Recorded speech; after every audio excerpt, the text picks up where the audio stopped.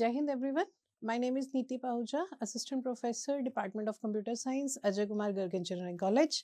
Today I am going to give a lecture on the topic cache mapping, which is a very important topic in computer organization and architecture. In this presentation, I'll explore cache mapping, which is a crucial aspect of computer architecture as it is seen here. It is a crucial aspect of computer architecture that optimizes data access and performance. As I have explained in the earlier lecture, since this is lecture number 2 of the same series, as I have already explained in the earlier lecture, that cache memory is a very important concept in our computer systems that improves the performance of the computer system by keeping the frequently accessed data in the cache memory. This improves the performance and the speed of operations. So in this lecture, we will delve into key concepts, explore different mapping techniques, and highlight their impact on system efficiency. So starting with the concept, it involves strategically allocating main memory blocks to specific locations within the cache memory. So as we know, let me give you a brief introduction of the cache memory.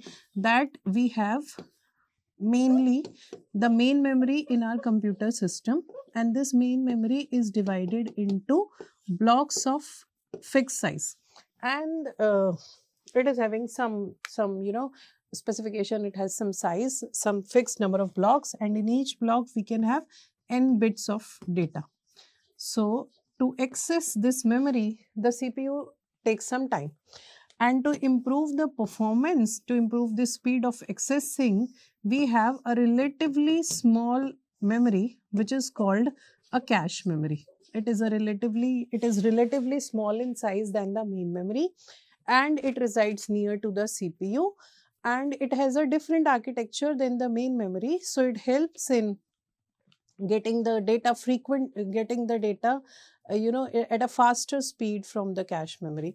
So the size which is the main memory is having is quite much larger than the size of the cache memory. Let's suppose that our main memory is having 100 blocks, or let's say 128 blocks, since the blocks are in the integer power of 2. So let's say the main memory has 128 blocks and the cache memory is of 16 blocks only. Fine, it is relatively smaller in size. So to give address, we need to give address to each and every memory block. So the number of address will start from 0, 1, 2, and it will go up to last memory block number 127. And to give this address, the address has to be in binary. So we need some number of bits. And to represent this 127 number, we need to have 7 bits in the address. So to represent these 128 blocks addresses, to represent this address, we need some number of bits. And the number of bits in this case will be 7. We need a 7-bit address to identify each of these individual blocks independently. Fine. That is the address which the CPU will generate. Whenever the CPU will look for some content in the main memory, it will generate a 7-bit address and will look the address into the main memory. Now here comes the concept of cache. Now cache is having 16 blocks. The block size here in the main memory and the block size here in the cache memory are same. It is same, but the number of blocks here are less, and each block is also given an address. So for example, if it is having 16 blocks which are numbered 0 to 15, we also need some bits we need to assign some bits of address to it. So to give address to 16 blocks, you need 4 bits of address. Now the CPU will generate an address of 7 bits and will use that address to look into cache which is having a 4-bit address. So the cache mapping is a technique. It is about creating a clear and efficient mapping between the two levels of the memory. It helps in strategically allocating main memory blocks to specific locations within the cache memory. I hope it is clear that the address, the space which is in the main memory is quite much larger than the space in the cache memory. and the system, when needs to access the content of the cache memory, it has to look using a smaller address, but the CPU is generating a larger address. So mapping is a technique to map that bigger address into a smaller address in the cache memory. Now the need, it is essential to quickly locate the data into the cache. For example, the CPU wanted to access a block number, let's say 116. Now 116 is present in the main memory, but it is not possible to look for address number 116 in the cache memory, since the cache memory can have only 4 bit of address, that is the value 0 to 15. So mapping is essential to locate data in the cache, minimizing the time that it takes to retrieve the information. So to map this bigger address into the smaller address, we have 3 techniques. Before discussing those techniques, let's quickly check the terminology which I will be using in the slides. That is, first the main memory block. That main memory is divided into equal sized chunks, as I have already told you. These are called the main memory blocks that hold some data. Now the size of each block in main memory and each line in the cache measured in bytes or words.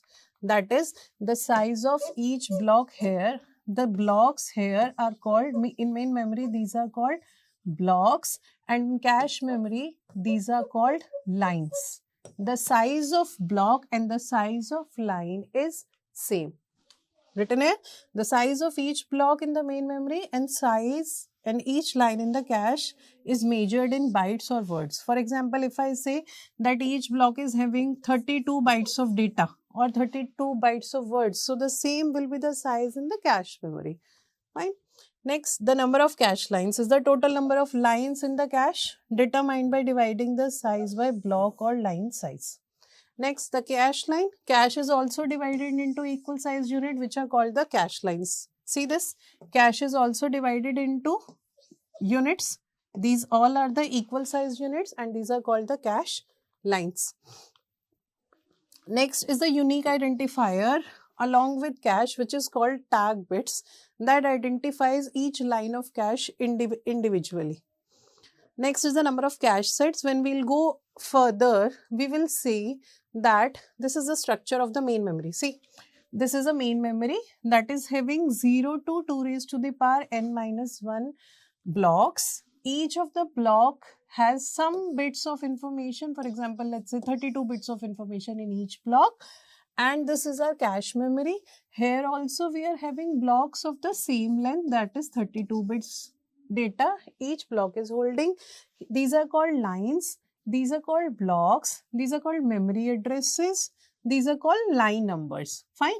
And with each of the block, to identify this block individually, since it is content addressable memory, we have a tag information along with this. So the number of tags is starting from 0 to c minus 1. Fine. This is the block length and here it is called the word length. So this is the simple architecture of cache memory and main memory. Now starting with the first mapping technique, which is called the direct mapping. Direct mapping is the simplest, the easiest mapping that we can have. What it says, it uses a simple formula. And what is the formula? The main memory block number modulus the number of blocks in cache. Let's take an example that our main memory is having, let's say our main memory is having an address of 10 bits. Fine. The main memory is having an address of 10 bits. That means that the main memory is having 2 raised to the power 10 or let's say the main memory is having, so the main memory is having 100 blocks of information. Fine. Block number 0 to block number 99. And the cache memory, which is smaller memory, is having only 10 blocks of information in it. So the numbers in the cache memory will be from number 0 to number 9. So we need some sort of mapping that will map these 0 to 99 blocks into 0 to 10 blocks. Let's keep it this way. let's say starting with address 0, then we have 1, 2, 3, 4 and so up to 9. Here we are also having 0, 1, 2, 3 and 9. Next 10 to 19, next 20 to 29 and so. So the technique is relatively simple. What it says, you take the main memory block number that you wish to access and modulus it with the total number of blocks in the cache. So total number of blocks in the cache is 10. Whenever you want to map, whenever the CPU wants to map any of the main memory address to cache memory, for example, the CPU want to access address number, let's say 79. Fine.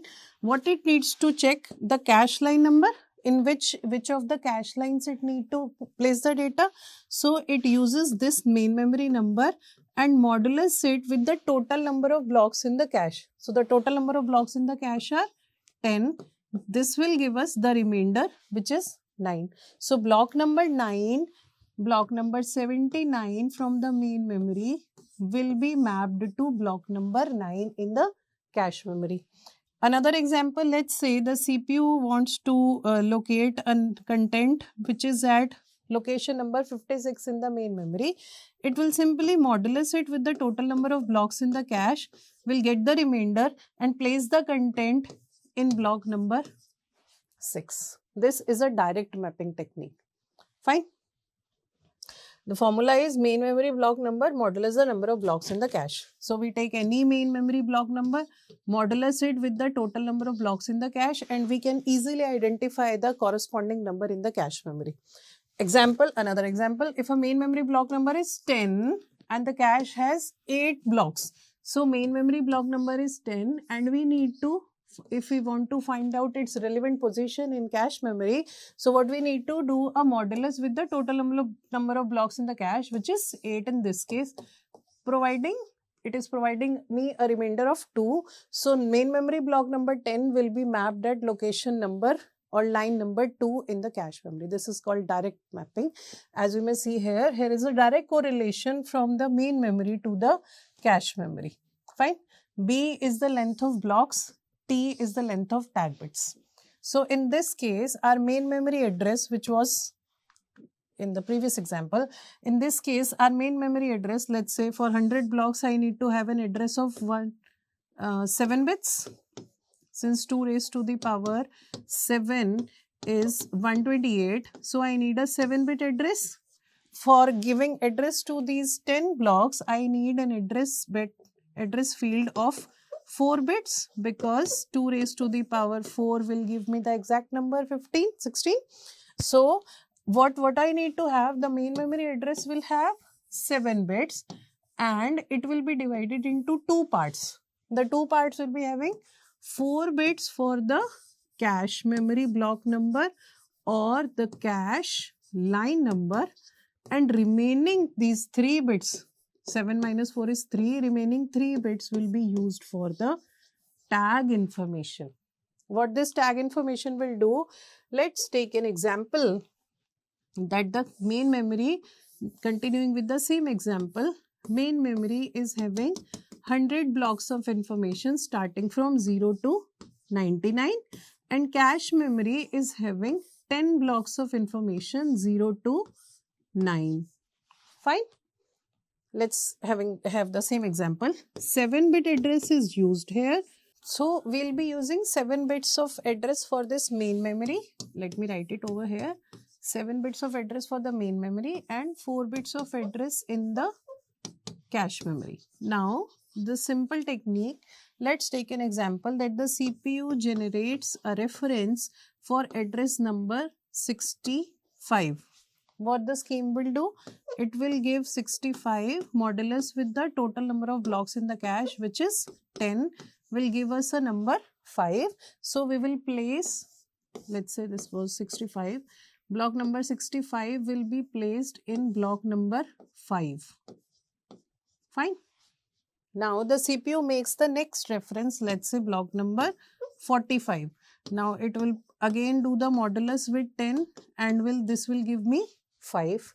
I'll go and check in block number 5 in the cache memory. Yes, the content is present there. So it will give me a cache hit. The situation that CPU referred some content and it was there in the cache memory is called a hit. So I checked at block number 5. There was some information and I can say that this is a hit. But this is not actually a hit because I was looking for block number 45 and here it is present 65. So this was actually a miss. Fine. So to differentiate between 65 and 55, we need another information. That information is called the tag information. So direct mapping says that you take a main memory address of n number of bits and divide it into two portions. First is called a tag and second is called a cache line number. In this particular example, I can say for each of the cache line number, I am using 4 bits. So here the main memory address is 7 bits. 4 bits will be used for the cache line number and remaining 3 bits will be used for the tag number. These 3 bits will differentiate from one block to another block. This is called direct mapping. Continuing with the next mapping technique, it is called set associative mapping. Let's take the same, let's continue with the same example that this was my main memory starting from 0 to 99. This was my cache memory starting from 0 to 9. Fine. Now, as I have seen that the cache memory will have another information which is called a tag information. Fine.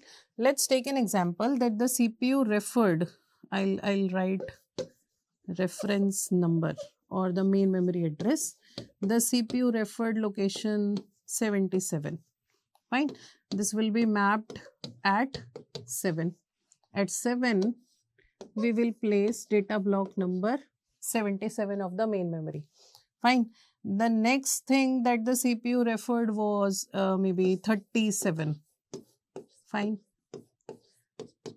37 will be mapped on the same location, but here it was, the tag was different in both cases. Tag won't be matched and this will result into a miss.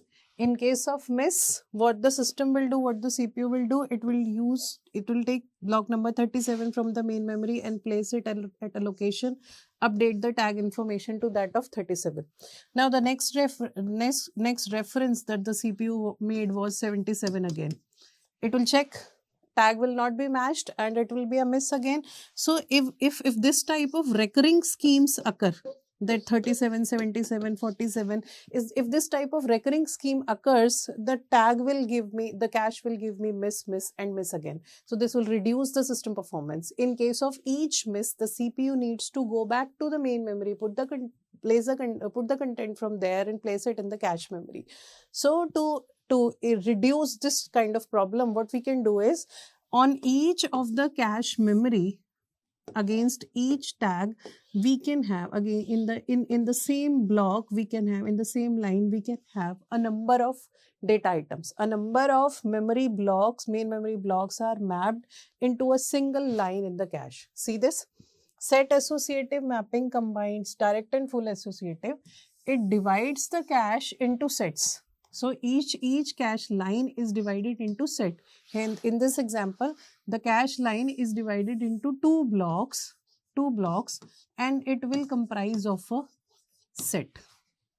Fine. So instead of line, now we will use a set number. Set number 0, set number 1, set and so.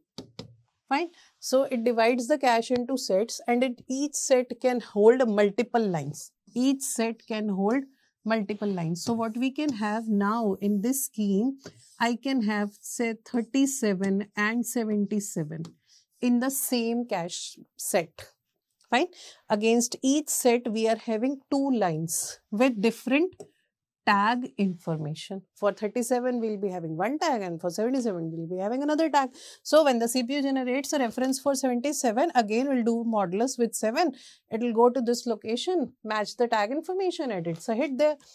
Again, the next reference is 37. It will go to the same location, match the tag against it, and it will be a hit there.